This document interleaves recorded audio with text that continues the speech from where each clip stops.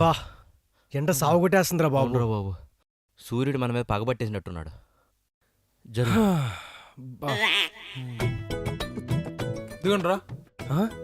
రే మనం పొరపాటున వేరే ఇంటికి వచ్చినట్టున్నావురా. ఎండ కదా, కళ్ళు బయర్లు గమ్మినాయి. అరే రే, ఇది మన ఇల్లేరా?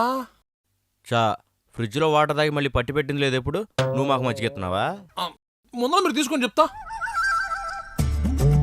ఏంట్రా ఎప్పుడు లేని మజ్జిగ ఇస్తున్నావు?